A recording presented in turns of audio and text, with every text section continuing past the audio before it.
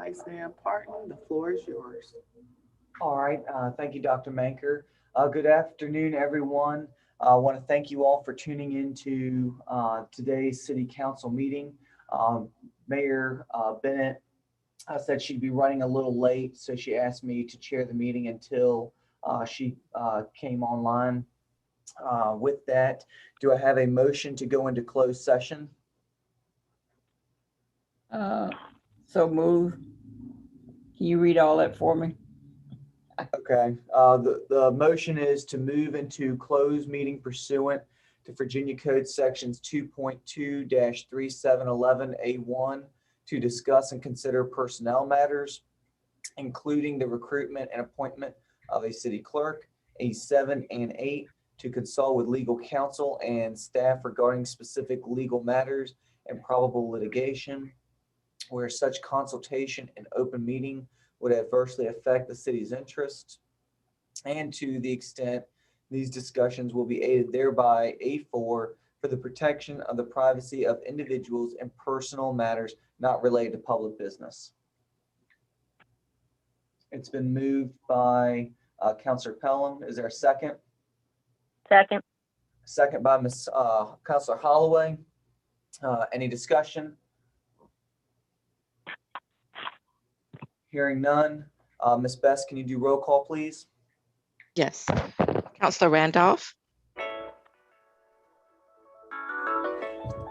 Councilor Randolph. I don't see her. She was there. Was she? I thought she was. Maybe she wasn't. Maybe I was looking at Attorney Robinson. Okay. Councilor Holloway. Here. Vice Mayor Parton. Yes. Hold on for a minute.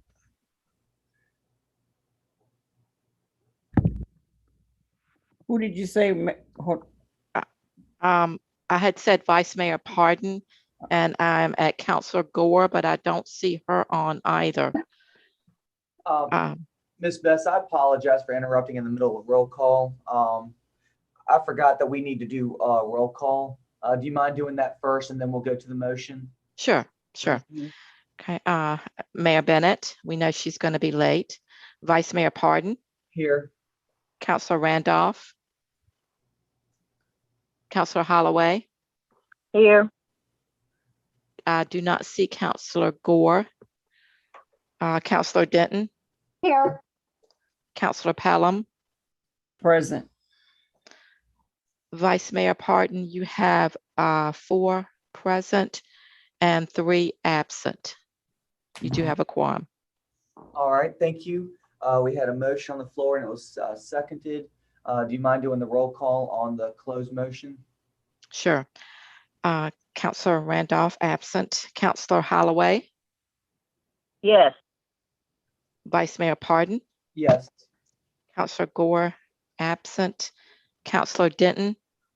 Yes. Councilor Pelham. Yes. And Mayor Bennett absent. So again, Vice Mayor Parton, you have 4 yeses and 3 absent.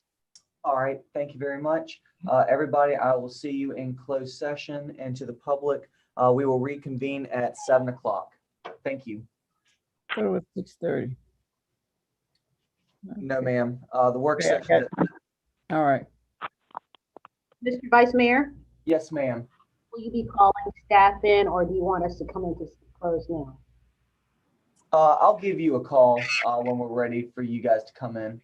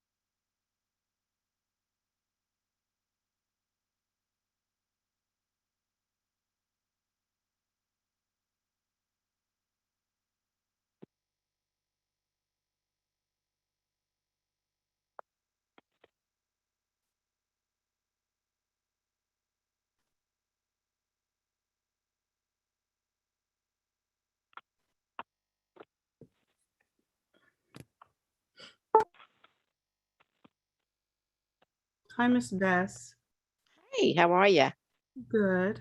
I'm going to, are you sharing this screen? I can. I've got it up. Hold on. Okay. Let me get to my Yeah, I can. Yep, thank you. I'm going to go ahead and place the agenda up. Thank you. Oh, okay, okay. You're welcome. You're welcome. I was ready for you.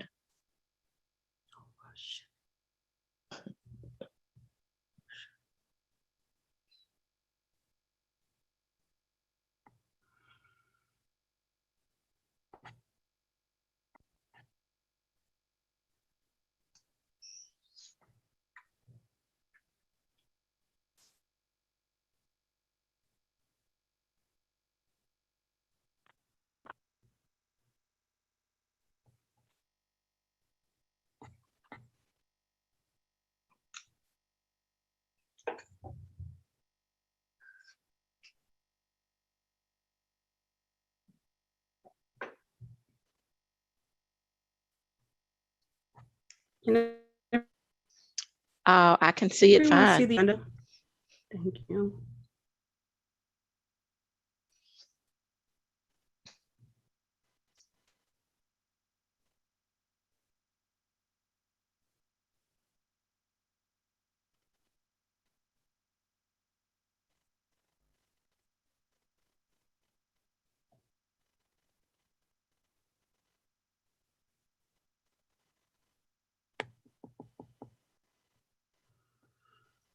I believe we have a quorum. I believe so. Do you see Miss Pelham? I'm looking right now. No, I actually don't. I know she was on before closed. Okay, let me call her.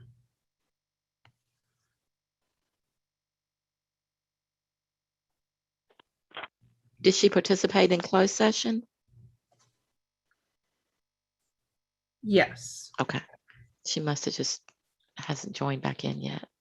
I'm here. Oh, there you are. Okay. All right.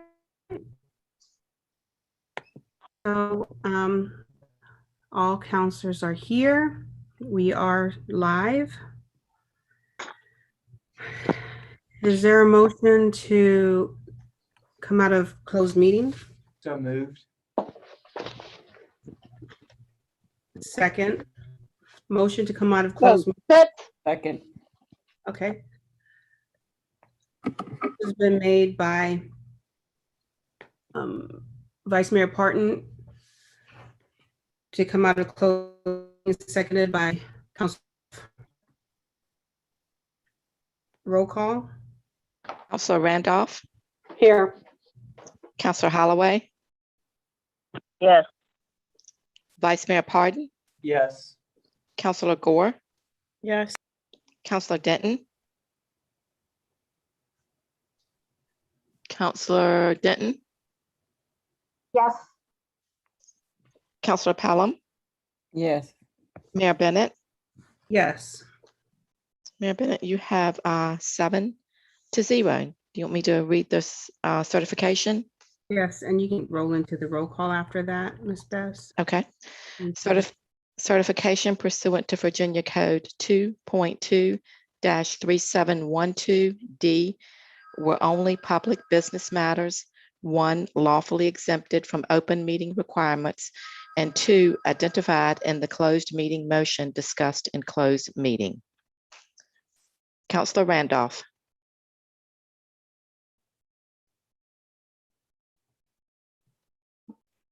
Counselor Randolph.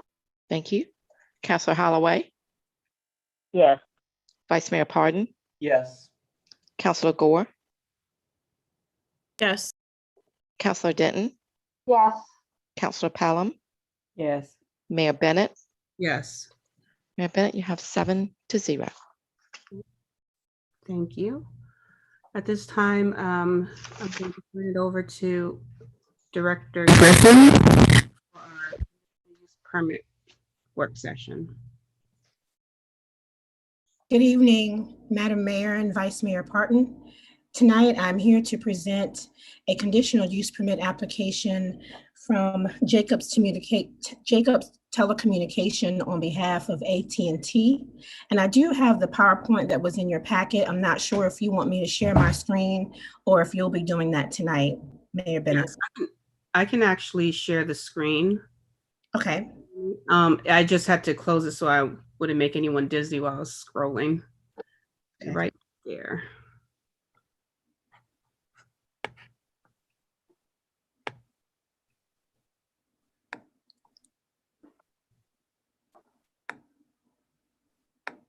I'll go ahead and get started while you're scrolling. So the applicant is requesting a conditional use permit at 5113 Plaza Drive. This is also known as subparcel 245-0080. The owner of this property is Nav Yuga Hospitality LLC. This application was submitted on the behalf of AT&T Wireless. For the project will replace an existing lighting pole with another light pole and attach a small cell wireless antenna and associated equipment with the concealment canister on the top of the pole. You are receiving this application because in accordance with Article 11, the Highway Commercial District in Section A, it requires any telecommunication tower or antenna for wireless transmission that will have a frequency of over 20,000 hertz to get a conditional use permit. This is located in Ward 7, and it is in the B3 Highway Commercial District zoning area.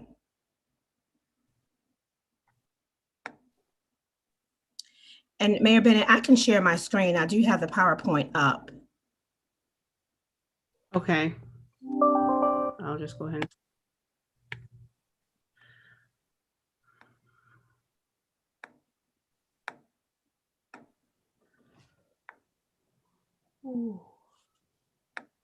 Can everyone see a slide that says location? Yes. Okay. So on the left-hand side, you'll see that this is the area around 5113 Plaza Drive. It's highlighted in the aqua blue. It is about a mile from the 295 interchange, located off of Plaza Drive behind the Ruby Tuesdays. On the right-hand side, this is a zoomed in aerial of the hotel. This would be located on the hotel property that is owned by Mr. Gara.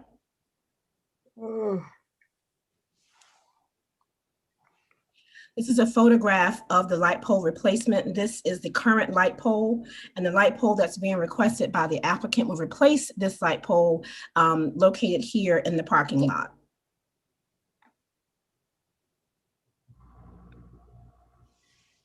This is the proposed elevation of the light pole. On the left-hand side, you'll see the existing pole elevation, and on the right-hand side, you'll see the proposed pole elevation.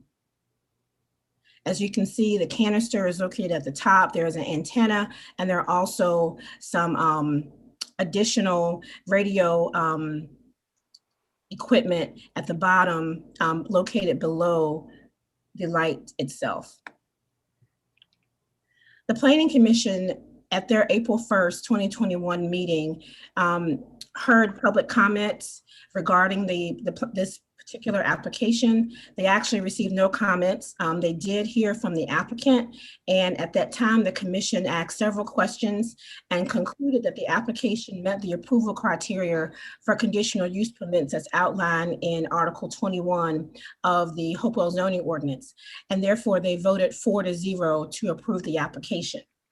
We do have here tonight representatives from Jacobs Telecommunication, and their names are Lauren Bean and Harold Nanku, and they are here to answer any questions that you may have. We are suggesting to move this forward for a city council public hearing at your second meeting in May, so that we can meet all of the state required advertisements in the local paper. Again, we do have Lauren Bean and Harold Nanku here if they want to have anything to say, or if you have any questions of them. But this does conclude the staff's presentation.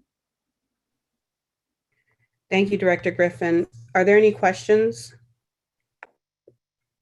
I don't see any hands, so I'd like to thank our guest and Director Griffin for bringing this to us this evening.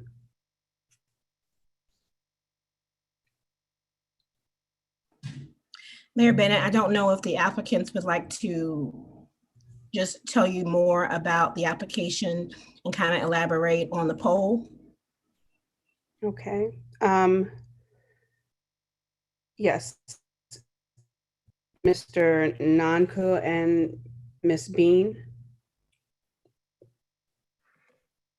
Hi, yes, this is Harold Nanku. So this is a small cell facility as part of the new technology that's being rolled out by the carriers, in this case, AT&T. And the coverage is going to be used to help boost not only the hotel at the property that we're going to be occupying, but the coverage is also going to benefit the people visiting that Food Lion to the west as well. And this is a new technology. We're kind of moving away from the giant towers that we used to do 5 to 10 years ago. So this is a much smaller footprint, and it's also going to aid in launching 5G.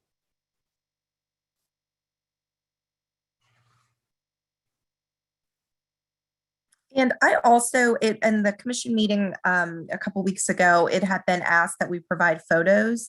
So I have a photo we built that would look very similar to this one, if anybody would be interested in seeing it.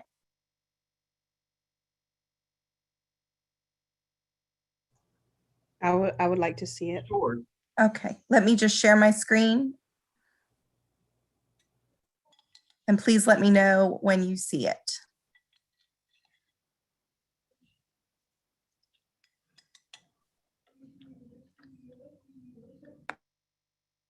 I can see it, Lauren. Okay, great. So this is a very similar, as you can see, the luminaire at the top of the pole, as well as the equipment on top of the pole, are very similar. This was also done in a private shopping center. So this is very similar to what we are looking to do at this location.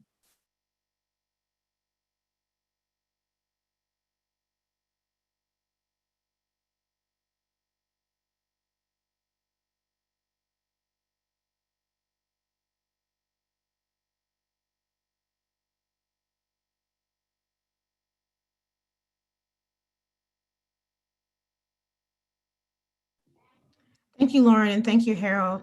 Mayor Bennett, this is all that I have for this presentation. Thank you so much for your time. Again, we will bring this back to the City Council for a public hearing at your second meeting in May. Thank you, Mr. Nanku and Ms. Bean, and also Director Griffin. Thank you. Thank you very much. Thanks for having us.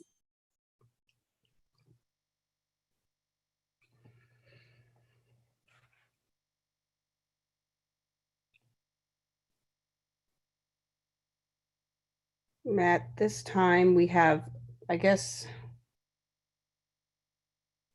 was it 8 more minutes until 7:30 and start our meeting. So we will recess until 7:30.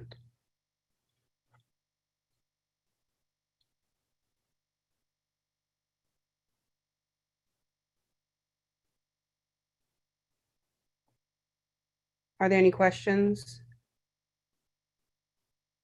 Okay, I'll see everybody at 7:30.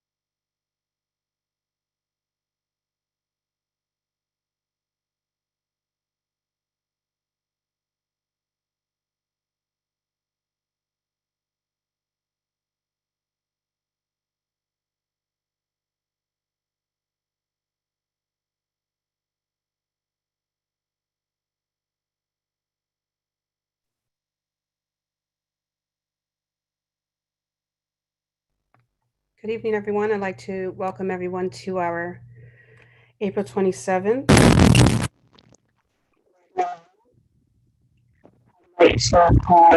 Meeting to order. Roll call, please. Counselor Randolph, Here. Counselor Holloway.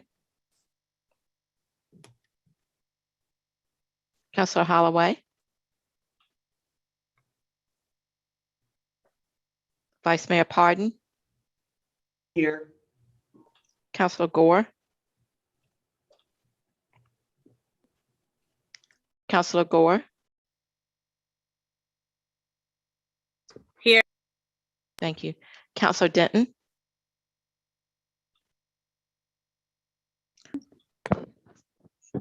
Counselor Denton. Here. Counselor Pelham. Here. Mayor Bennett. Here. Counselor Holloway, one more time. Hey, Mayor Bennett, you have 6 present, 1 absent. Thank you. At this time, I would ask the prayer to be done by Mr. Charlie Dean and the Pledge of Allegiance led by myself. Let us pray. Father God, we thank you for all your graces and your mercy. We thank you for everything we have because we know everything comes from you. Father, we ask that you continue to let us individually and as a community make wise decisions in relation to COVID so that we protect ourselves, our loved ones, our family members, our friends, and the community as a whole as we try to come out the backside of this. Lord, we ask you continue to protect our community, our public safety officials, and guide us through this meeting and future meetings so that we do your will. In Christ's name we pray.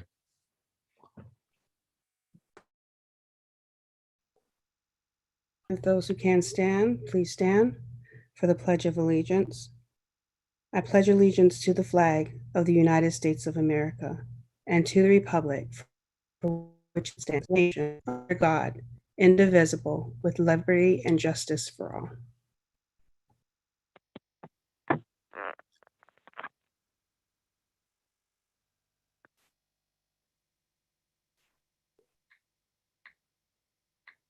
Excuse me, Madam Mayor. Is there a motion to amend this? Hi, Ms. Counselor Holloway. I must have been muted. I could hear Miss Bess, but Okay. I must have been muted. I'm here. Okay. Thank you, Counselor Thank you. Holloway. Thank you. Thank you.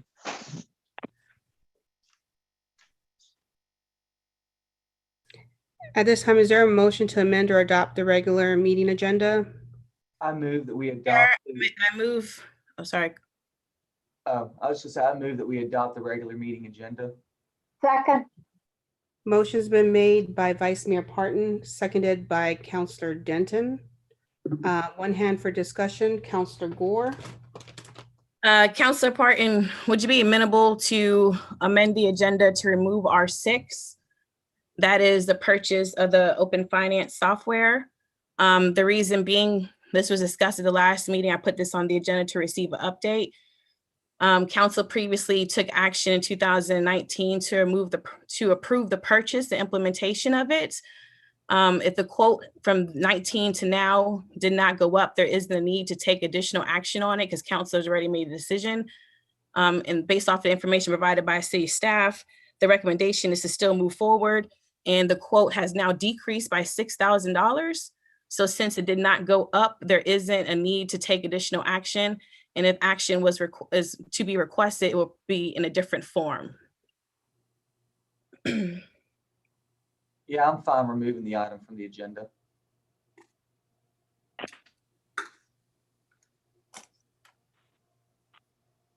Second. Miss Counselor Denton, are you okay with the second? Yes. Okay. Miss Bess, did you get the Yes. motion? The motion is to amend the agenda to remove R6 because it has decreased by $6,000 and it was to still move forward with it as it is because it's already been voted on once. Did I say that correctly, Counselor Gore? That was just the explanation, but for Council Parton's motion, I think it's just best to say to approve the agenda with the removal of R6. Okay, gotcha. So approve the agenda with the removal of R6. But I would defer to Council Parton and Councilor Denton if that's fine with them, because the explanation isn't necessarily needed. Okay, Fine with me. Yeah, that works for me. okay. Can you put the explanation in the minutes as well? I certainly will. I've written it down, so I'll make sure I notate it in the minutes. Madam But Mayor, yeah, what you asked is correct. That is what I said. Okay, thank you. Is that okay, Madam Mayor? Oh, definitely. Thank you. Let me do roll call. Yes, please. Thank you. Counselor Randolph, Yes. Counselor Holloway, Yes. Vice Mayor Pardon, Yes. Counselor Gore, Yes. Counselor Denton, Yes. Counselor Pelham, Yes. Mayor Bennett. Yes, Mayor Bennett, you have 7-0. thank you. Let's start. Is there a motion to adopt or amend the consent agenda? I move that we adopt the consent agenda. Second. Second. Motion's been made by Vice Mayor Parton. Counselor Pelham? I don't see any hands. Roll call? Counselor Randolph, Yes. Counselor Holloway, Yes. Vice Mayor Pardon, Yes. Counselor Gore, Yes. Counselor Denton, Yes. Counselor Pelham, Yes. Mayor Bennett. Yes, Mayor Bennett, you have 7-0. thank you.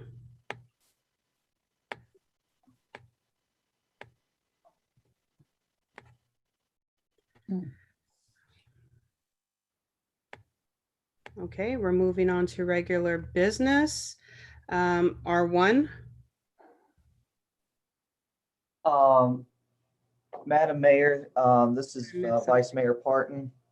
At the last meeting, I told everyone that because there was still some questions and more interest in the Hopewell Water Renewal Commission and the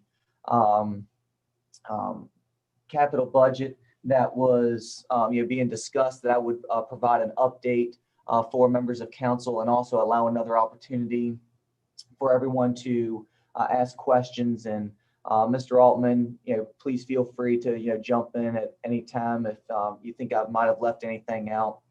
That would be for the good of the group. The commission held its second quarterly meeting on Tuesday, April 20th in person at the treatment plants training facility. And the commission approved the wastewater treatment plant's operations and operating budget unanimously 7-0. So now that budget will be incorporated into the overall city budget that we will approve later on, hopefully this year. The commission also agreed, as I mentioned last week, to hold a special meeting on Wednesday, May 12th, to vote on the capital improvements budget that Mr. Byerly presented the commission. That budget is about $9.1 million, and that's not all money coming from the city of Hopewell, but it will be divided amongst the ownership shares or percentages of each respective entity, which would be West Rock, Ashland, Advan 6, the water company, and the city of Hopewell. There were some questions that were asked about how many of these projects were, could have been deferred in the past. The answer to that is there were 3 projects that have been on this capital plan since 2016. And that is just shy of half of the entire capital budget that was presented, around $4.5 million. And those projects are actually projects that will assist us in our phosphorus removal, which I'll mention a little bit later on down the road. But these projects will actually set us up and put us in a good position to start tackling the big phosphorus removal project that we'll have to undergo in the next 5 or so years. We also included in that capital budget a $500,000 to pilot a major design study, and that is to start looking at how we're going to tackle this phosphorus removal project, and to also look into our plan on ways that we can improve our operations, so that way we can have more efficient operations in terms of phosphorus removal and ammonium and nitrogen removal. Today, the plant engineers from Advanced 6, West Rock, and Ashland met with the wastewater treatment staff, and they began going through the capital budget, looking at different projects that may be able to be pushed out a year. And so they're going. Today was their initial meeting, and they're going to continue to meet and provide a report on the 5th of May of if there is a feasibility or possibility, and what the liabilities would be for pushing out projects. And then on May 12th, which is a Wednesday, I believe it's 12 o'clock, we will have our a special meeting for the Water Renewal Commission, in which we will vote on the actual capital budget itself. And at this time, myself as the chair, Mr. Altman, and Mr. Byerly as the director for the wastewater plant are in favor of going forward with this $9.1 million capital plan to get us caught up on a lot of deferred maintenance, and to get us back to where we should be. And to also, as part of that recommendation, is to use the outside leachate funds to pay for everything, so that way it's not coming out of anyone's coffers. Are there any questions? I have one. Okay. In this 9.1 capital improvements budget, does that include the expansion for leachate, or is that a separate capital improvement? That is a separate improvement. That is forecasted for fiscal year 2024, 2025. Right. But myself, Mr. Altman, and Mr. Byerly will be meeting later this week to look at ways that we might be able to move that project forward, so that way we can take advantage of this opportunity in this market of treating leachate. Okay. And one more quick question. The phosphorus mandate by DEQ, what year do we see that coming in? I believe, Mr. Altman, correct me if I'm wrong, but I believe we have to start working on our plan, and then we have to submit a plan, and then have it all completed within 5 years. 5 years from when? I believe, Mr. Altman, is it 5 years from last year, or 5 years going forward this year? I think we're going forward. We're waiting for our permit limits to be set. And once those are set and we get that from DEQ, then we've got to start working on how we're going to reduce and get our phosphorus output down to the limit that DEQ has set for us. And the number that they're going to set is going to be kind of tough probably to meet. But I think everybody in the James River, that all the point sources and along the James are probably going to have the same phosphorus limitation. So, we'll ultimately, unfortunately, either have to buy phosphorus credits or look at a capital improvement down there to reduce our nitrogen our phosphorus output, much like we had to do with nitrogen. Okay, I'm sorry, I must have missed it, but is that by 25 or 26? I think we're going forward. We would be going forward to 26, I believe. Okay, thank you. We can verify that. That's okay. I just kind of wanted to get a feel for what y'all are dealing with. So thank you. Thanks, Johnny. I'm Counselor Vice Mayor Parton. Sorry. Any other questions? Okay, hearing none, that concludes my report. Thank you, Mayor Bennett. Thank you, Vice Mayor. I'm going to fit back to the city manager. Thank you, Madam Mayor, members of council. Good evening. This evening, our first item of business is a proposed amendment of the Hopewell Public Schools FY21 budget, their current year budget. The proposed amendment does not exceed 1% of their budget, so no public hearing is required this evening. The amendment proposed amount is $204,618. There is a resolution in your packet that has been reviewed and approved to form by our city attorney. And our superintendent is on the line this evening. So welcome, Dr. Hackney, to answer any questions. And I know some of you had questions regarding what these CARES Act funds could be used for by the school system. So with that, I will turn it over to Dr. Hackney. Thank you, March. Good evening, city councilors. Good to be with you all. This was an extension of the first round of COVID CARES Act monies. And this particular grant was specific to instructional technology. It was early on in the process by which we needed to quickly organize and expand our resources to ensure that all students had access to a virtual program. So it was real easy. We spent the entire amount on two large items. One was we purchased 320 tablets for our pre-K students because they were not a part of our one-on-one initiative with Chromebooks. So we had to get them set up at home, our little 3- and 4-year-olds. And we purchased 240 MiFis for our families who did not have proper access to or consistent access to internet. So the total was approximately $204,000. It is a reimbursement grant. The monies are actually spent. We need to start reimbursing them, and it's really just a technicality. We'd ask you all to approve the appropriation so we can reimburse ourselves. That's it. I have a question. Yes, ma'am. The 240 MiFis, do they come with a monthly fee?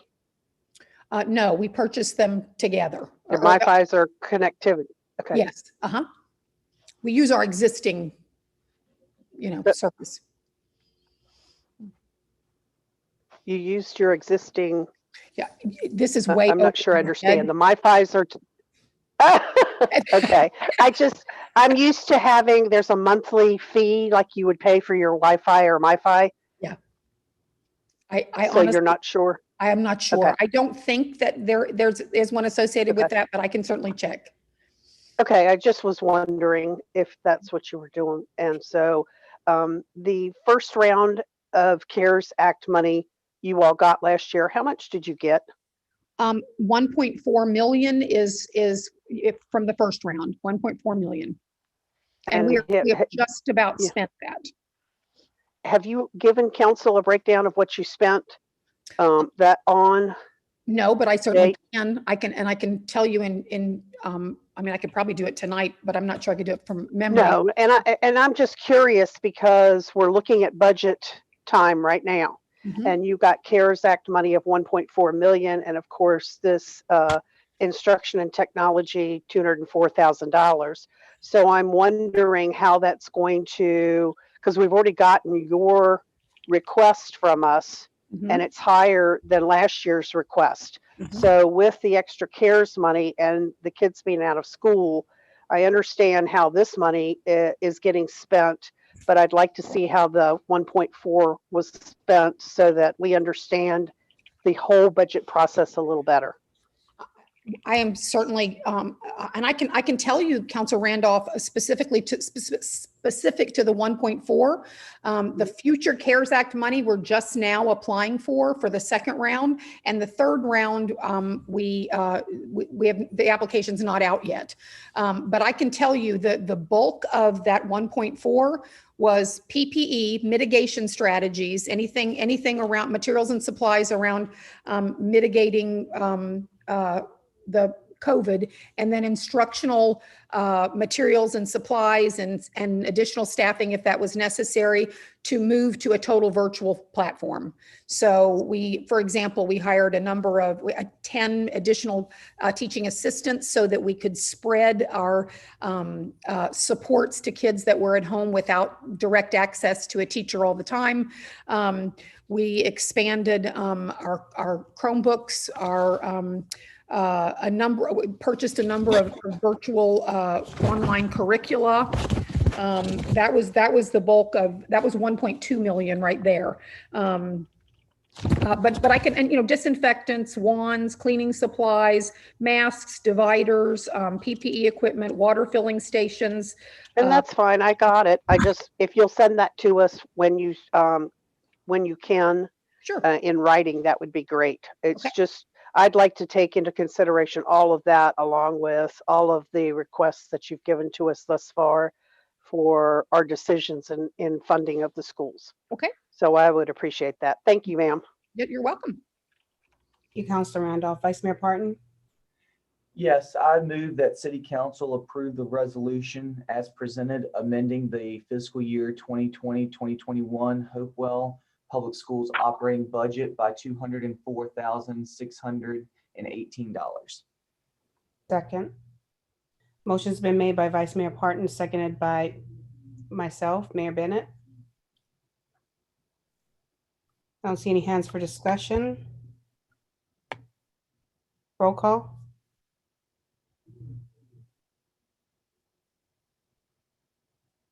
Oh, Counselor Pelham. Counselor Pelham has her hand raised.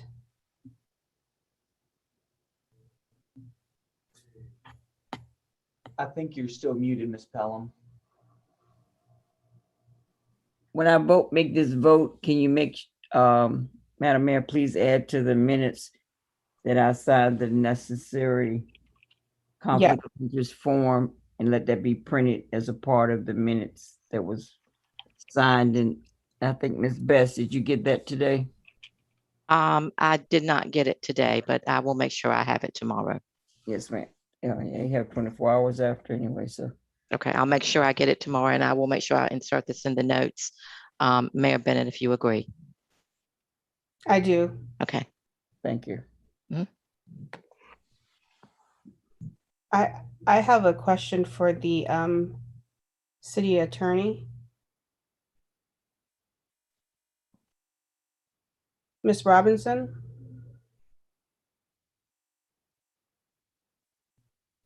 Okay, that's okay. Roll call, please. Counselor Randolph.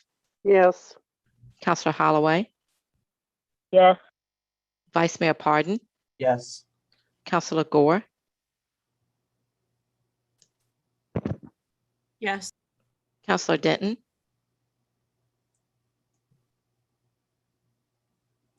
Counselor Denton. Counselor, thank you. Counselor Pelham.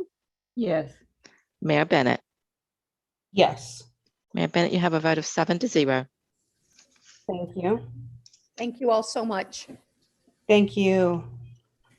Dr. Hackney. Thank you. Good night. Good night. Night. Good night.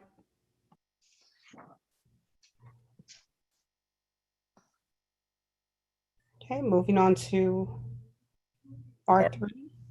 Our next item on the agenda this evening, Madam Mayor, is R3, which is a subdivision of 501 Sherman Avenue, identified as subparcel number 085-005F. 005. This will be taking one lot and creating two lots out of it. This parcel involves some right-of-way that council vacated, I believe, last year, if I remember correctly. Ms. Griffin is here this evening to present the staff report and Planning Commission recommendation. Hi, good evening once again, Madam Mayor and Vice Mayor Bennett and all members of City Council. As Mr. Altman has stated, this is a subdivision of 501 Sherman Avenue. The owner is Doug Edwards. Mr. Edwards is on the line tonight to answer any questions you may have. The parcel is located in Ward 5, and the entire lot size at this point is 38,195 square feet or 0.87 acres. It is in zoning district R1A, our residential low density district. It's located next to Bogies Park, as you can see here, off of Sherman Avenue. This is a close-up of the property as it is now. You recall this property was a part of a right-of-way vacation that was approved by City Council. At that time, Mr. Edwards was asked what he wanted to do with the property, and he was forthcoming and said that he wanted to subdivide and to put 2 houses there. The house that you see here now has been demolished by Mr. Edwards, so that is no longer there. He is requesting a subdivision of this now 1 parcel into 2 parcels. And this is a preliminary subdivision plat that has been provided by Base Land Surveying. Again, it's dividing 501 Sherman, which is now 1 parcel, into 2. The first lot, known as Lot 1R, would have 16,142 square feet or 0.377 acres. And then Lot 2 would have 21,872 square feet or half of an acre. The criteria to subdivide is based on the subdivision ordinance and also the zoning ordinance and the lot qualifications for the R1A zoning district. For R1A, the square footage of a lot must be a minimum of 10,000 square feet. The lot width at the setback line has to be at least 75 feet. As you can see by the table provided, Lot 1R and Lot 2R both meet the minimum requirement for lot square footage and also meet the lot width at 80 and 106 for the lot width. Based on that, the Planning Commission has recommended approval of the subdivision plat. They met on April 1st and had a vote of 4-0 to recommend approval. Staff has reviewed this application and there were questions concerning the easements. And the easements, as you can see on the property here on this plat, have been provided by our city engineer. And I believe Mr. Butler is on the line tonight if you have any questions about that. The easements would not have anything built within them, no building, no fence or anything like that, so that if there was anything that needed, any utility that needs to be improved, the city would be able to get to that. And again, that property, Lot 2R, has a half an acre. And so the property owner would be able to build a house there and meet the setbacks for the R1A district. For that reason, the Planning Commission voted 4-0 to approve the subdivision application. This concludes my presentation. But you do have Mr. Doug Edwards, who is the property owner, on the line tonight. And I didn't get to look, but I believe Mr. Butler may be on the line also if you have any questions. Thank you so much.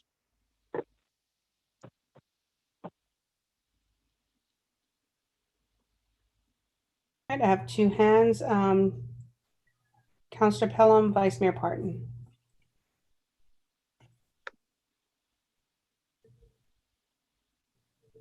Councilor Pelham, your mic is muted.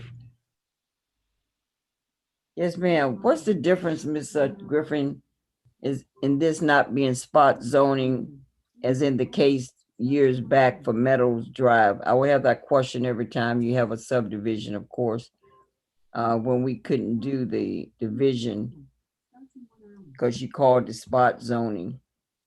And what's the difference in this one? Well, I actually didn't call it spot zoning. What the issue was with that property is that particular zone was R2, our residential medium density district. And in that district, we have to have at least 7,500 square feet in order to subdivide. The property in question at that time had 10,000 square feet. And so therefore it could not subdivide and have 2 lots. they can only subdivide and have 5,000. And the minimum to subdivide in R2 is 7,500. But it has something to do, y'all said something about spot zoning as well. If, tell me what that means again, spot zoning? We would have only said spot zoning if he was trying to rezone the property. Mr. Edwards is not asking to rezone this property. It may have been that the property owner wanted to rezone to R3 in order to be able to subdivide, and there were no R3 zonings in that area. He was not adjacent to any R3 zoning. So just to take that one property in the midst of R2 and then just say that one property would be R3 is spot zoning. You're taking one property and you're changing that zoning when there are no adjacent properties that are zoned the same. Thank you. Vice Mayor Parton, I move City Council approve the subdivision of 501 Sherman Avenue, also known as subparcel 085-0005, from one parcel to two parcels.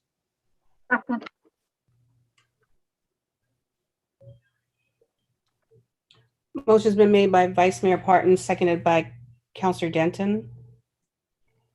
Roll call. Excuse me, I did have a question. Oh, yes.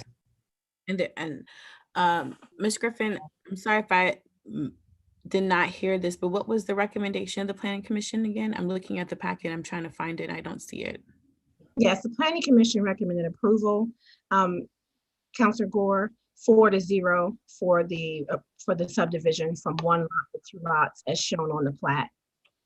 And what about the department's opinion of it? The department's recommended approval. Stormwater did have questions about the easement. All other departments had full approval of the application. And with stormwater, what was their concerns, or is there a way that we? Yes, I can bring that up in your packet, but I could tell you what their concerns were. Their concerns were about the easements. They did not feel that the easements in the back portion of the property may have been sufficient in this area. They also felt like this property in the past had flooding issues.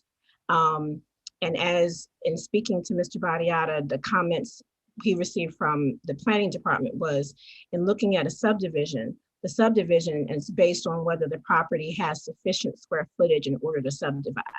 Any issues dealing with the land in itself would be ironed out during the building permit application process.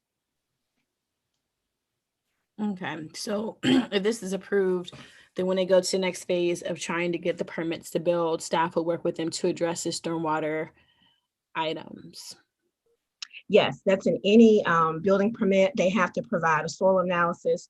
They also have to provide a limited, what we call residential site plan that will speak to the drainage. And not only does planning review that, but engineering, stormwater, and real estate. And is the applicant aware of that they may have to invest in addressing some potential stormwater issues? Are they aware that may be more than just what they thought they were going to be able to do? I will let him answer that. The answer is yes, but I don't want you to take my word for it. Mr. Edwards is on the line now. Yes, Ms. Griffin had told me that before. Okay. The reason why I'm asking is because, you know, my ward is across from there. We have flooding all the time in Kippax. And so, which is one of the reasons why in Cobblestone, they have, I forgot the proper terminology with the to catch the water when they just did the renovation over there. The BMP? Yes. And they're supposed to be doing a second one that they haven't started yet. So will that impact that plan as well? Because the water, from my understanding, comes from that direction over there. I'm not sure, ma'am. I'm sorry. Maybe let me ask it to Mr. Allman. He may not have the answer, but I think he'll understand what I'm talking about. Remember, we came out there for the stop sign. On the other side, they're going to do the second one. And remember, we were told that the water comes from that direction. So if there's already a concern about stormwater with this property, do you think that would be something that would also play a part in the other So BMP that needs to be put in there by Cobblestone. I don't think that this property will impact that piece. There's a drainage area break line around, and I'm squinting to see the names on the screen, but there's a break line right where the old curve used to be as you went through. So right in the Evergreen area, there's kind of a break line. To the west of Evergreen, and Evergreen will go to Cedar Level into that BMP you're talking about. To the east, where this property is located, goes towards the railroad tracks and the CSX railroad tracks and that drainage system that we have there that ultimately comes out at 15th Avenue and Elm Street. So I don't think this property and anything that happens here will impact the BMP over there by Cobblestone at all. Okay, thank you. Yes, ma'am. Can I add? Yes, Counselor Pelham. Yeah, Mr. Butler, I was wondering if he would add his comment because she took my question away from me, but from the engineer point of view, if Mr. Edwards, if you plan on selling this land to someone else to build the houses, would they know about all these issues with the storm water drainage and all the other issues, Mr. Butler, or how would they know? I mean, are you planning on selling the property or are you planning on building the houses yourself? I plan on building the houses myself. Okay, and Mr. Butler, how would that impact the discussion Ms. Gore and Mr. Marsh just had? I mean, is the drainage okay? The easements that are being placed on this property are permanent easements that ride with the property and will transfer with any change in ownership. As far as any additional setbacks off of these easements going through the building processes, that would be with the applicant when he comes in with his building plans. But the easements are permanent, they're recorded, they're perpetual. They won't go away once they're established. Okay, thank you. Counselor Gore. No, I'm sorry, I didn't hear the end part of Mr. Butler. What was the end part that you said, sir? Well, what I'm saying is these easements that we're establishing on this new plat are permanent. And the easement by its nature gives a prior right for the city and the other utilities that are identified in there, and they're overlaid easements. There's always that prior right of accessibility across this easement area, and all the terms and conditions related to granting that easement and placing that easement will remain unchanged. Okay, and so you don't have any other concerns that can be worked out via the next phase if this is approved in regards to stormwater or anything like that, do you? No, I do not. I think these can be worked out. Any kind of future submission for a building permit, we'll review the easements and any other needs that we need to make sure that the stormwater issues are covered.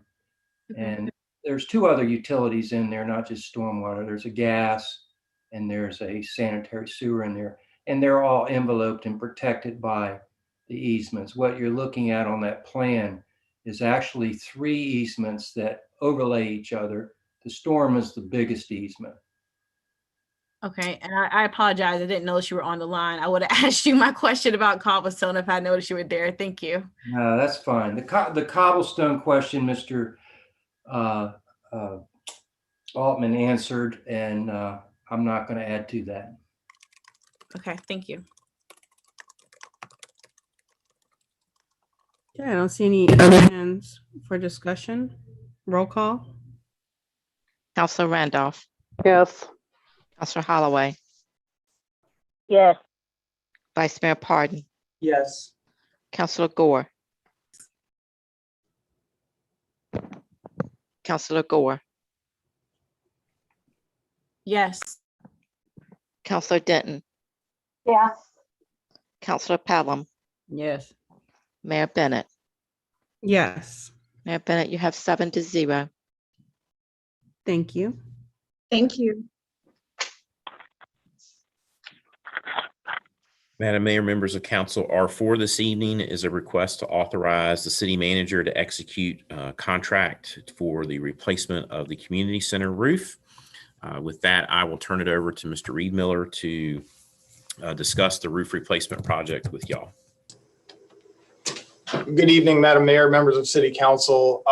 As Mr. Altman mentioned, we are pursuing a roof replacement project at the community center. This is the result of hail damage that actually occurred last year.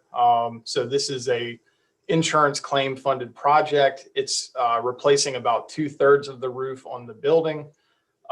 It's going to be a fairly intrusive project to the building. We've had to cancel some of our appointment time slots to accommodate. We've gone through a public procurement process to select a low bid contractor. They are ready to move. And the one remaining piece on this is authorizing the city manager to move forward with the construction and standard goods and services contracts, which I believe are included in your packet. That's really the project in a nutshell. I'd be happy to answer any questions if you have them. Just let me know. I have a question. Yes, Counselor Pelham. Yeah. When you went, how was the attorney involved with the bid process, or did she get involved with this type? She's actually been heavily involved. I won't speak on her behalf, but just to kind of summarize, we found ourselves in a position where the actual low bidder was disqualified for inability to meet the project timeline. So we had to work with Ms. Robinson extensively to follow the proper protocols for disqualifying the original low bidder and moving the contract and awarding it to the second lowest bidder. So in that process, she was heavily involved. It was a standard IFB, an invitation for bids, based on the scope of work that was agreed upon by a roofing consultant that we've hired under a small purchase contract, and the insurance provider. Do you have anything to add, Madam Attorney? No, ma'am. Thank you.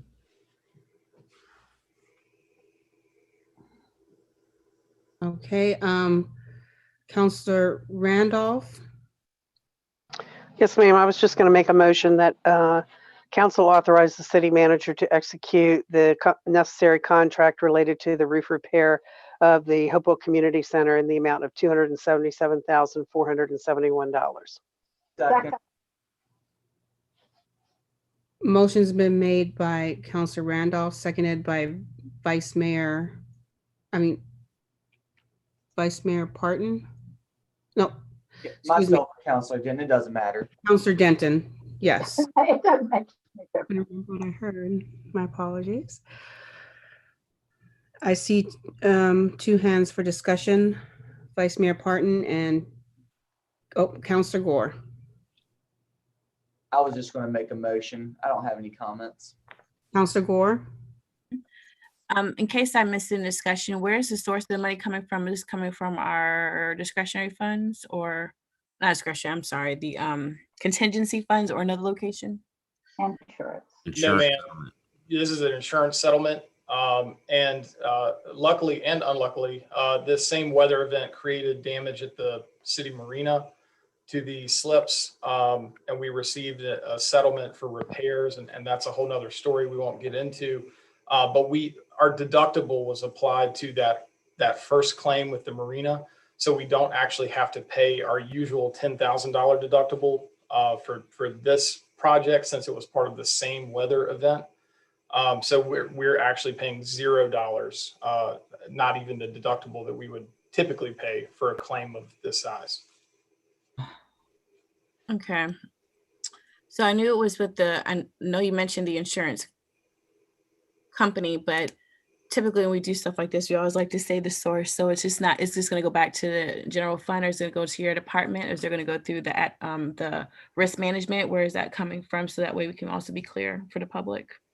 That's a good question. So once we outline the scope of work and the approximate costs and receive the corresponding bids, the insurance company issued an initial payment, which we have received and deposited into a corresponding account that basically is going to link to a capital expenditure account.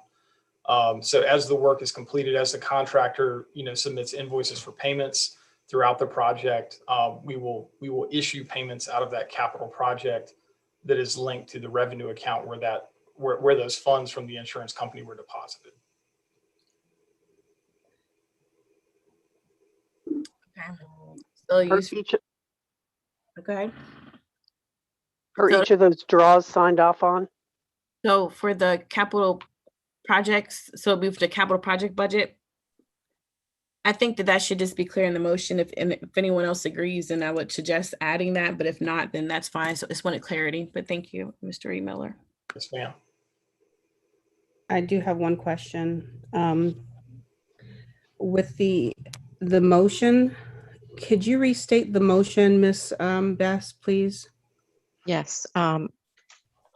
Authorize the city manager to execute the contract for the Hopewell Community City Roof in the amount of $277,471.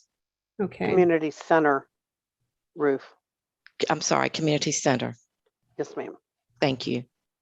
Okay. I just wanted that to be clear because I do see in the issue it's to execute all necessary contracts related to, but it's in the amount of, but there's only going to be one contract. Am I correct, Mr. Reed Miller?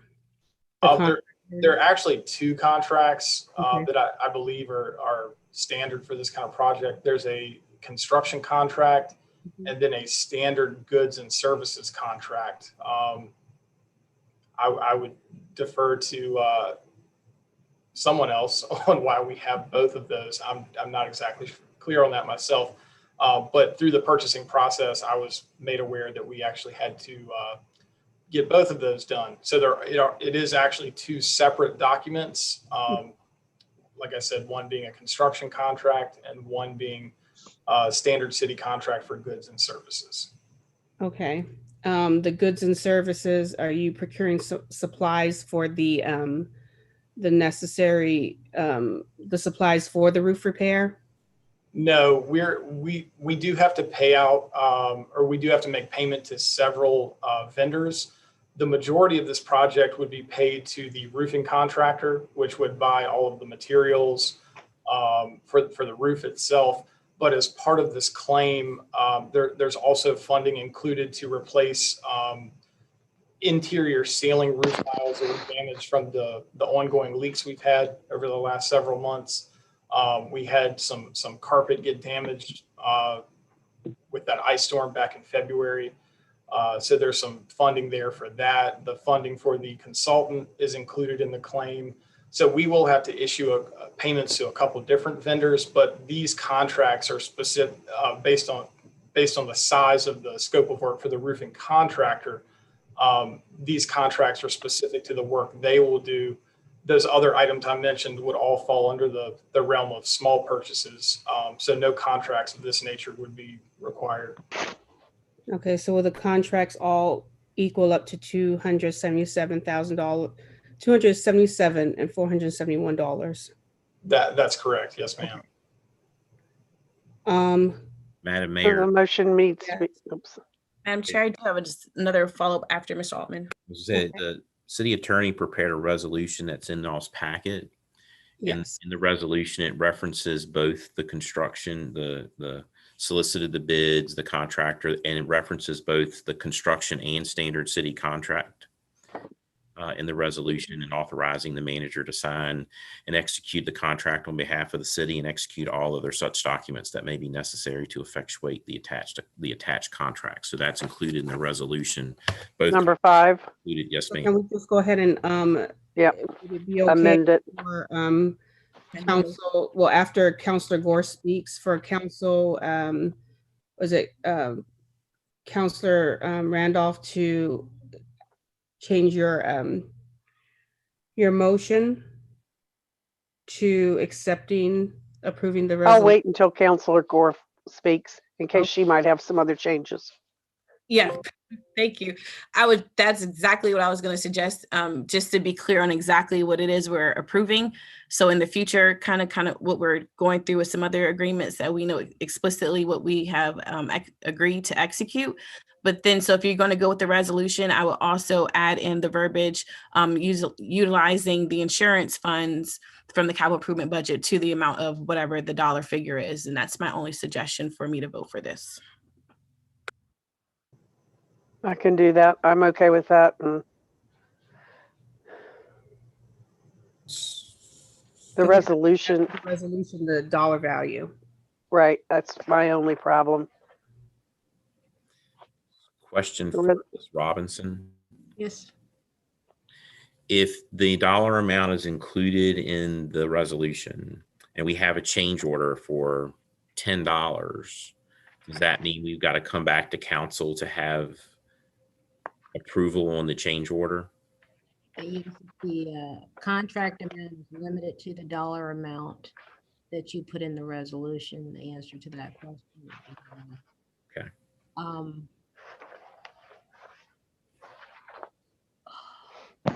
Well, they bid it based on, yeah. But what I understood That's not what I was saying. Mayor Gore to say is simply to assign a paragraph in the resolution that sources the payment, Source of funds. yeah, to a source of funds rather than to limit the amount. Yes, that's what I was trying to do. Thank you. Okay, perfect. I just wanted to be clear that it wasn't a limitation. It was just tying it to the source of funds that was received. Perfect. Right. So as long as we just do that, we're good to go. Perfect. But we can't go over, correct? Still. No, because it's from the source of funds. So, I mean, their funds are limited. If they need to go over, they will have to come back unless they have in their budget to do something. Well, may I add something to that, Mayor Bennett? Yes. So there is potential for a change order to happen with this project. That we have a material in our roofing system called phenolic foam.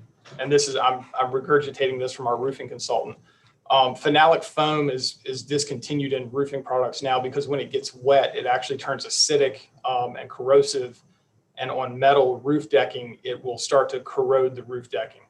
So with leaks coming in the building, we know there are going to be sections of roof decking that are probably going to be corroded. We don't know the extent of that until the roof is actually removed from the building.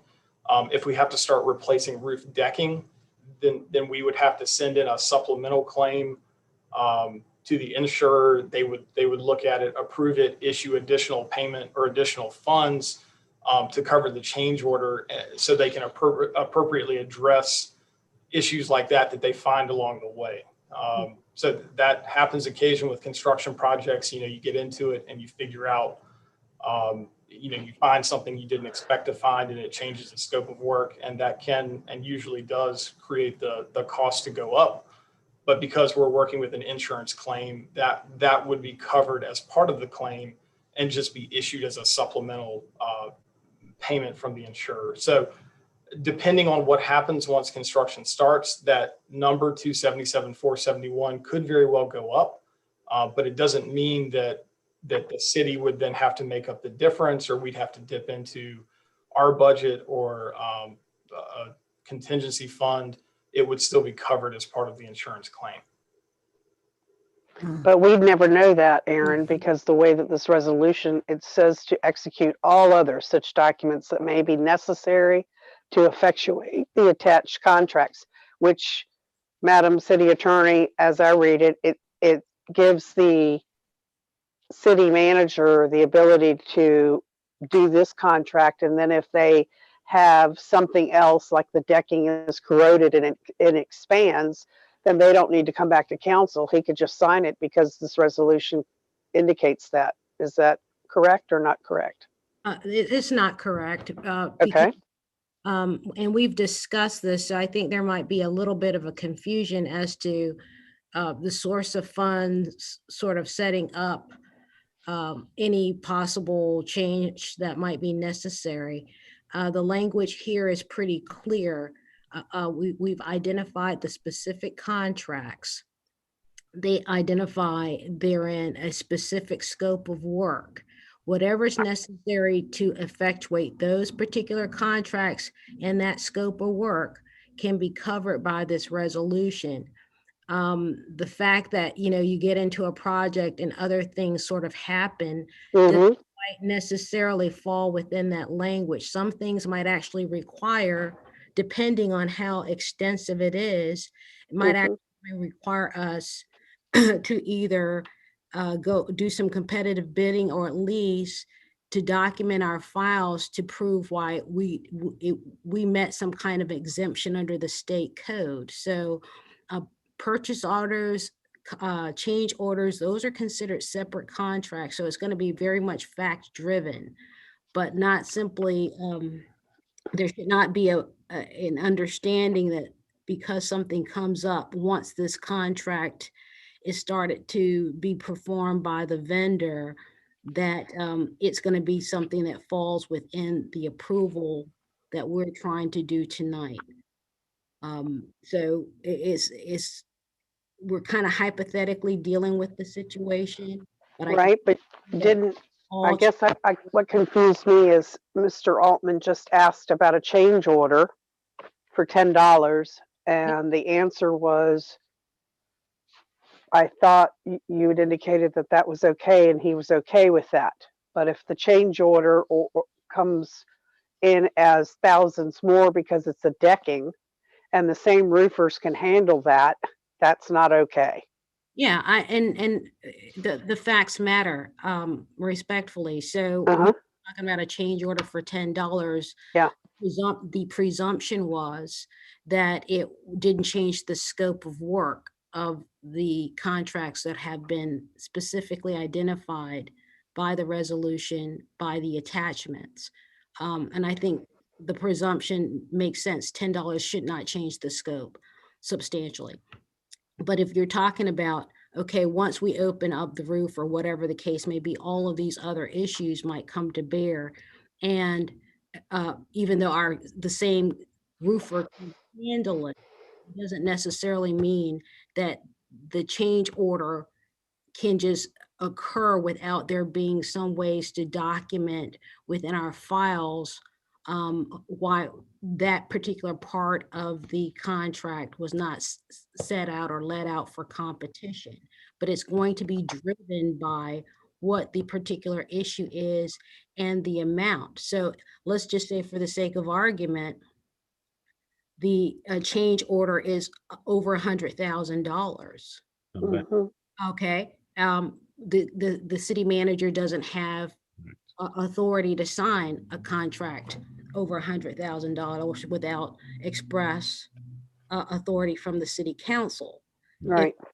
5,000 and the scope didn't change, but it is a change order. Arguably, he could sign off on that without having to worry about any needed extra competition and without bringing it back to council. So all of those things will have to be considered. But simply saying because we have a source of funds that are something other than city funds doesn't quite get us to a place where we don't ever have to come back to council to handle a change order. So so even the source of funds is not going to solve it for us potentially, right? And going forward. Yes, it's very clear that it doesn't matter who's paying for the service. The locality or the government or public body still has to comply with the provisions. So the fact that insurance funds are there are helpful to us from a fiscal standpoint, but not from the statutory requirements.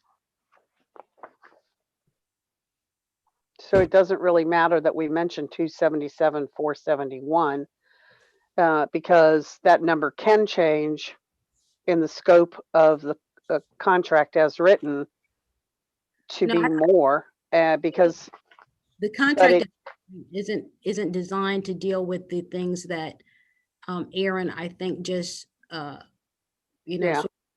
referred to. I mean, I think he knows there might be something coming down the pipe that is not provided for. by the express language of the contract. So clearly that's going to be outside of the scope of the contract at some Right. point. The question is it going to be enough to trigger all of those additional requirements that the Procurement Act would trigger? Right. I guess what I'm trying to do is hone down on what we need to have in this resolution.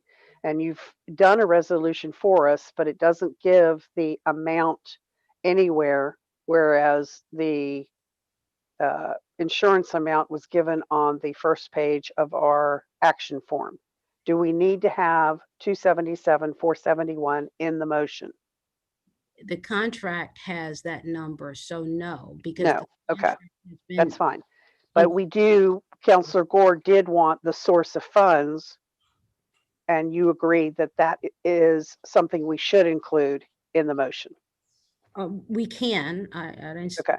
I'm not taking a position on whether it's necessary. Okay, but it's not in the contract like the amount is where the source of funds are? That's correct, and it's not in the resolution. Okay, so we probably should. Okay. So, the resolution that you wrote, we can use that as long as we include the source of funds as the one caveat to that. Yes. And someone can- where would that fit in the best? You can just create a paragraph at number 6. Okay. And just say, payment for expenses related to this contract shall be limited to X. And that way, if it's not in the insurance funds, then that would also require them to come back for additional funding if that becomes necessary. To X being the insurance company funds? And if you want to see them come back for additional funding, I just make sure you use the term limited to, though that there would not be the flexibility to augment that source. And I'm fine with that. Counselor Gore, are you okay with that? Since this was your request. I'm fine with whatever the majority is. My only goal was to cite the source of the funds. Okay. And I'm not trying to limit any number that might make it harder. I just want the source tied back to the insurance company. That's it. Yeah, I'm not either. I'm just trying to figure out what we can put. So Ms. Best knows what the entire resolution is that was in the packet. So is it authorize the city manager to execute contracts for the Hopewell Community Center roof? No. And source of funds rather than limit the amount? No, it should be the resolution. We should, in my opinion, we should be adopting the resolution. The whole resolution. Paragraph that cites the source of the funds. That's in the package, Ms. Bess. I'm looking. And yeah, instead of what I quoted, which was a paraphrasing of this, the whole thing needs to be adopted and then just add number 6 as the city attorney just mentioned. 63. Point of order. Yes, what is your point of order? Point of order. I'm looking at the chat and our city manager has said, and it's 8:32, the meeting was never extended. So am I assuming it is adjourned? Ms. Robinson, can you please opine? Yep. Yes, you're correct. Okay. Is there any way to get back? It's done. Oh, we didn't extend. Let me ask you this question. Was there a motion pending at the time? Yes. We were in discussion. Yeah, the motion was the one that I made about the resolution, and we were trying to get that straight, and it had been seconded.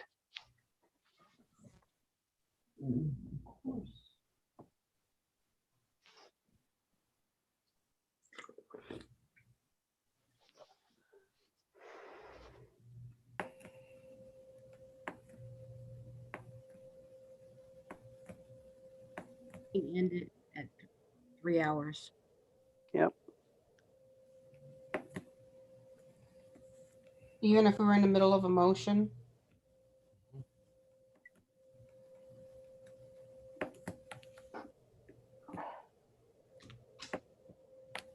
That's what I was checking my records on, and in the past, what I've said consistently is that if once we hit that, it's done. I will call a special meeting to pass this, to get this contract moving. If we're not allowed to go ahead and, if we are not allowed to just go ahead and vote on this action. Would you give me 1 second to check one other rule, please? Thank you. Thank you. Can we not institute the rules that we talked about with not having to keep extending meetings? That's why I said the last time. I know. I mean, we went through this and made them, yeah, and approved that we wouldn't have to keep doing this. I don't think we ever voted. No, we haven't. Because y'all wanted to leave early all the time. I don't think. That is true. On the agenda for 2 years straight. That you both are incorrect. No, it's documented, but in past practices, we always just stop the meeting if it's past 3 minutes. I meant 3 hours. We never continue discussion like we're doing now. I'm going to look that back because I think we have. Oh, no. And I'll also give you the agendas that this was on to vote to change the meeting rule. We're waiting on Miss Robinson's call, so. So I'm going to opine in this manner. My opinion can be appealed to the chair, but here it is for tonight pursuant to Rule 306, time limits.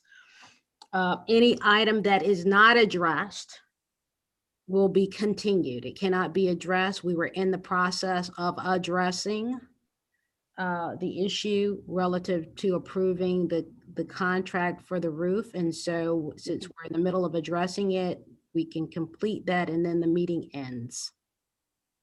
Okay. Thank you. Thank you. Yay. Okay, can you restate the motion?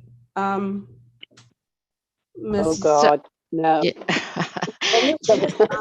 Miss Yeah. Councilman Rudolph, do you want to just? We're just approving the resolution that is included in our packet with the addition of number 6 for payment for to be, number 6 should indicate that the payment will be sourced from the insurance company funds. Is that sufficient for you, Ms. Gore? Can you restate it?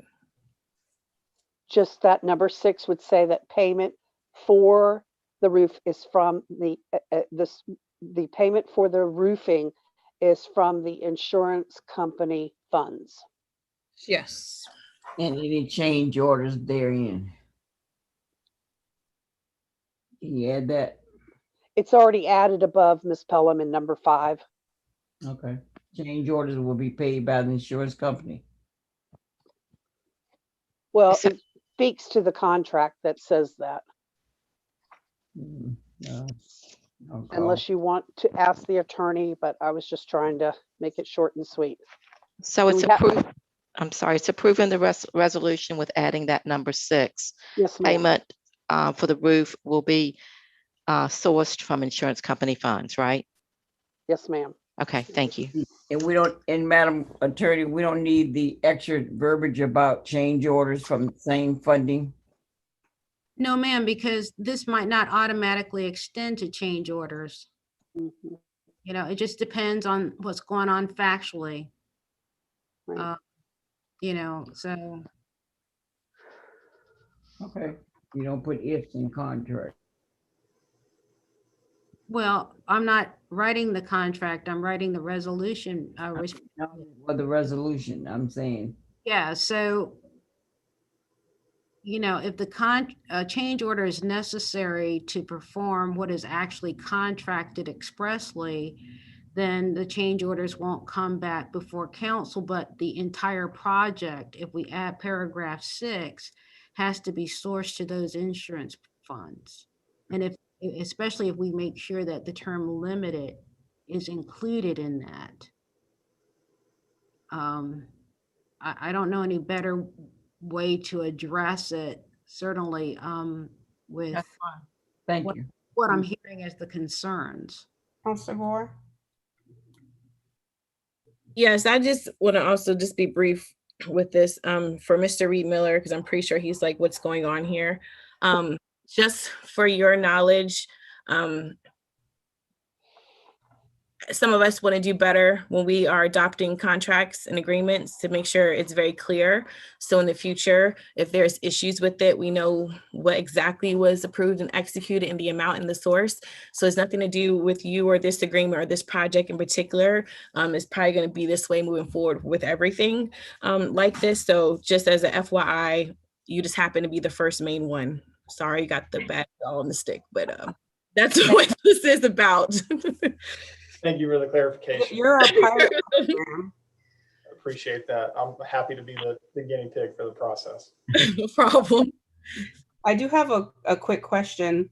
The resolution being presented tonight without the contract, I mean, who's writing? Ms. Robinson, you're not writing the contract.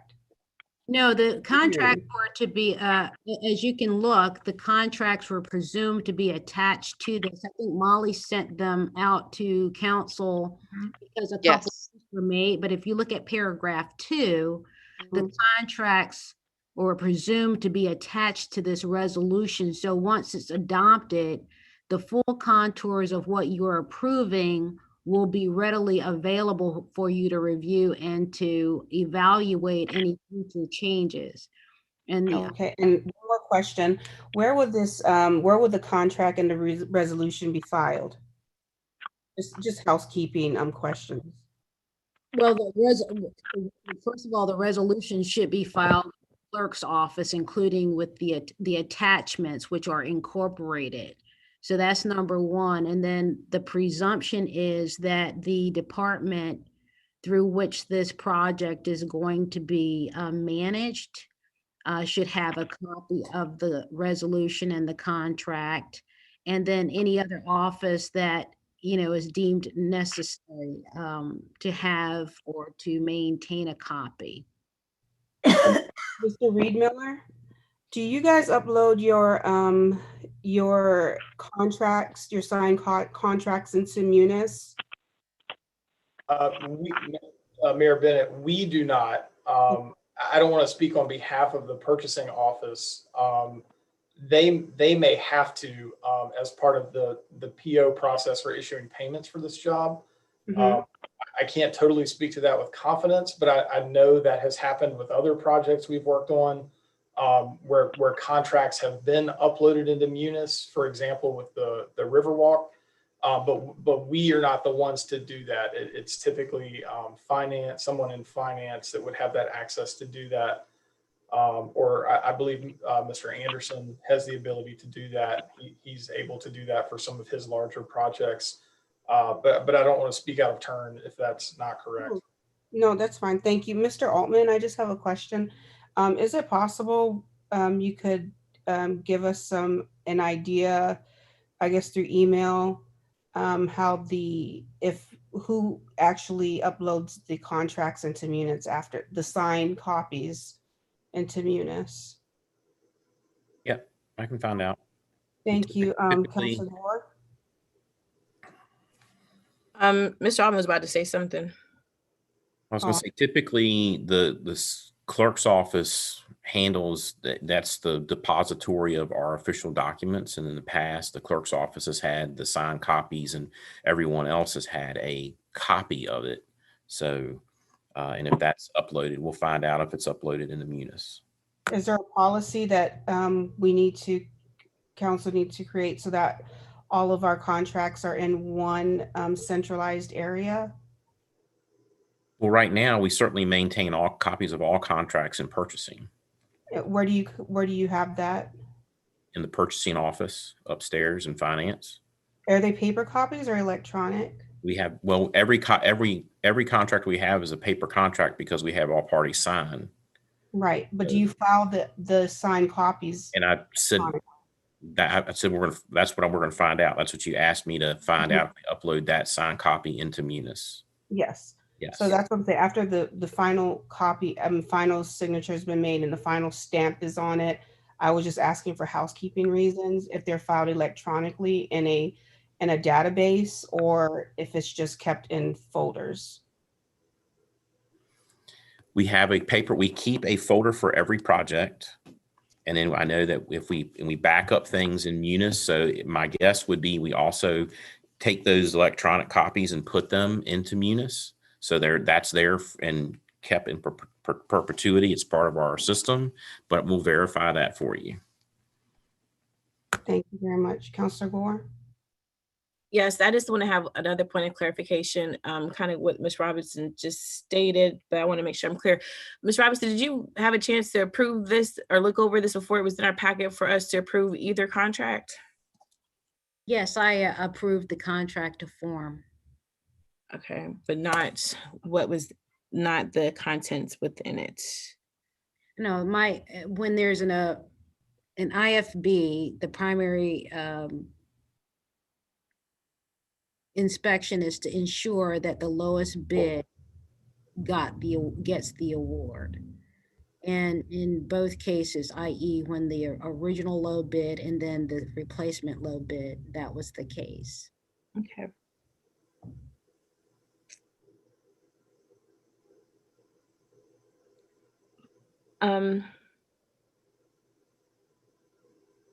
Okay, so all right, so this is just the construction contract. This one pager is it for our whole entire deal with them? I think you're looking at the standard city contract for goods and services. No, that one I'm fine with. It's the one above it. The one, this is construction contract. It's more than one page. I can't pull it up. Can you pull it up on the screen so I make sure I'm looking at the same thing you're looking at? Yeah, let me see if I have access. I don't have access to share, but it's on page 65. It's just a one pager. So Ms.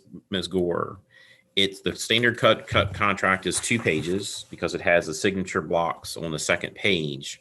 But with that executed document, you have all of those items A through L that are part of that contract. But it's one piece of paper with the construction, the bid document, whether that's the IFB or the RFP, the award notice, the certificate of insurance, the bond, all of those items in that first page, A through L, make up that contract. It's not just the 2 pieces of paper, it's everything else behind it. That all makes the contract.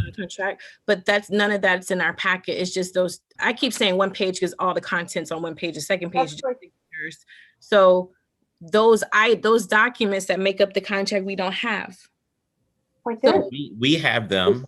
We have them. We bid them out. They're just not in your packet taking up volumes of paper.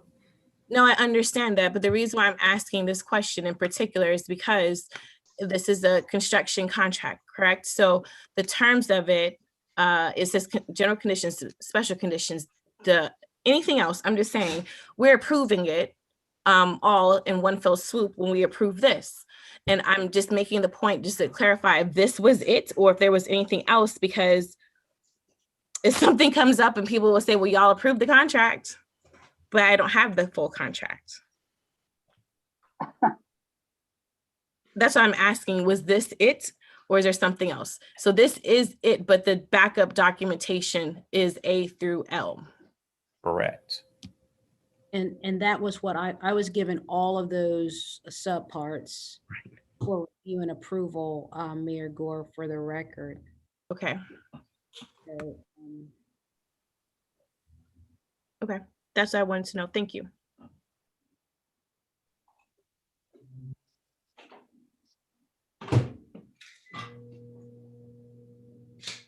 Councilor Randolph. I'd like to call for the vote. Call for the vote is on the floor.